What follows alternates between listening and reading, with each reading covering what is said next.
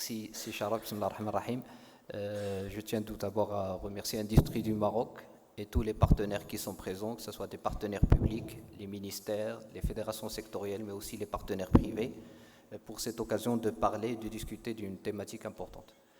Par rapport à MedZ, je n'ai pas préparé d'exposé à présenter, mais je vais parler de façon synthétique par rapport à ce que nous faisons en lien avec la thématique des zones industrielles de la compétitivité. Nous sommes une filiale de la Caisse de dépôt et de gestion, la filiale MedZ. Et pour les gens qui ne la connaissent pas, c'est quoi le nom MedZ? C'est Moroccan Economic Development Zone. Donc nous sommes un acteur de développement des infrastructures industrielles. Nous avons 3 blocs de métiers. Un métier aménagement, porté par MedZ directement. Nous avons un métier de foncière, porté par Iwan Asset, qui développe de l'immobilier locatif, notamment l'immobilier industriel. Et le 3e bloc de métier de MedZ, c'est le métier de service développé par une société à part entière qui est Experis Services, représentée par Seyed Abdelhamid qui est avec nous aujourd'hui et qui travaille en aval de la chaîne de valeur à travers la gestion des parcs industriels. Donc ça, c'est par rapport à l'identité de MedZ. Maintenant, MedZ, dans son ADN, j'ai parlé que nous sommes filiales de la Caisse de dépôt et ça nous donne un double ADN. Un ADN public, c'est l'appartenance à la Caisse de dépôt, mais aussi un ADN privé parce que nous sommes une société, nous avons un petit peu l'agilité d'un opérateur privé et notre réflexion démarre toujours à partir du marché, à partir de besoins des investisseurs, des industriels, où on essaie de mettre en place des solutions adaptées qui répondent à des besoins de marché spécifiques. Maintenant, notre logique d'intervention, on travaille avec des partenaires institutionnels qui sont 2 principaux départements ministériels. Le ministère de l'Industrie, c'est le parrain de la stratégie industrielle et nous avons accompagné depuis 2005 la stratégie industrielle sous ses différentes versions ou formes. 2005, c'était la stratégie émergence. On a aussi été impliqué de façon très active dans la 2e version qui était le Pacte national pour l'émergence industrielle en 2009. Et à partir de 2014, nous avons également vécu l'inflexion en 2014, avril 2014, avec la présentation de la nouvelle version qui était le PAI, le plan d'accélération industrielle. Donc notre mission, c'est d'accompagner la stratégie industrielle dans le volet de réalisation de zones. Un 2e partenaire qui est aussi important, qui travaille aussi sur la thématique, mais sur un secteur spécifique, c'est le métier de l'agro-industrie.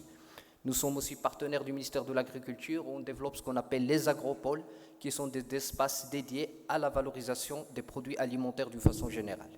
Donc ça, c'est les 2 partenaires sectoriels principaux et nous travaillons dans l'accompagnement des régions. Aujourd'hui, je n'ai pas la présentation avec moi, mais si on voit la présence de MedZ, nous sommes présents sur 8 régions sur 12.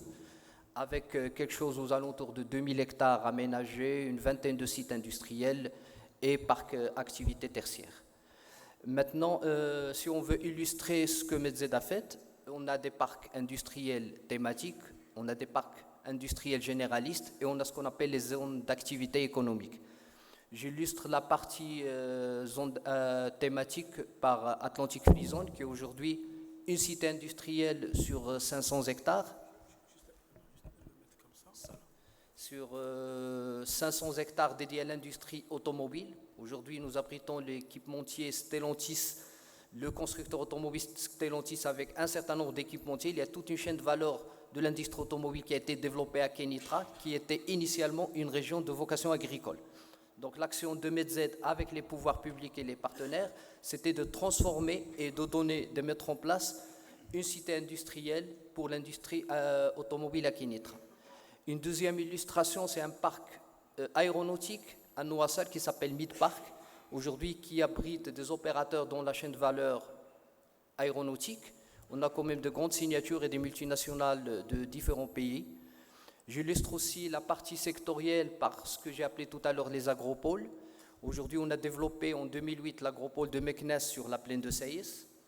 Un 2e parc, c'est l'agropole de Berkane développé sur la plaine de Melouia. Un 3e sur la région d'Agadir, c'est l'agropole de Souss-Massa sur la plaine de Souss. Et le 4e que nous sommes en train de lancer, qui a été lancé à l'occasion de la Marche Verte, c'est l'agropole de Loukous sur la région de l'Arache. Donc ça, c'est une illustration des parcs sectoriels brandés autour des métiers spécifiques, mais nous avons aussi développé d'autres parcs. Il y a le plus grand parc du royaume qui aujourd'hui abrite de l'activité industrielle première catégorie, c'est le parc de Georges Lasfar. Nous avons des parcs industriels à Oujda, à Nador. Nous avons aussi une présence à Bouche-d'Or, au sud du royaume, pour la valorisation des produits de la mer. Donc ça, c'est un petit peu un aperçu sur le portefeuille de Medz.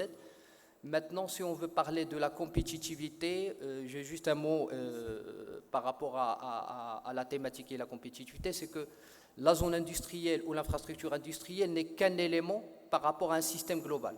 Pour parler compétitivité, il faut avoir de l'infrastructure industrielle, il faut avoir un immobilier, un foncier à un prix accessible et attractif pour les opérateurs. On a besoin d'avoir des ressources humaines de bonne qualité. On a besoin aussi d'avoir de la connectivité logistique. Donc, il y a un certain nombre donc, de dimensions à checker pour parler de la compétitivité. Et bien sûr, on sent que le transverse, il y a la logique développement durable. Monsieur le ministre, tout à l'heure, a insisté sur la thématique de la décarbonation. Aujourd'hui, c'est le défi futur du Maroc qui va démarrer dans les semaines à venir à partir de 2023, où toutes les zones devraient être alimentées de sources renouvelables, d'électrons verts pour pouvoir accéder à un certain nombre de marchés.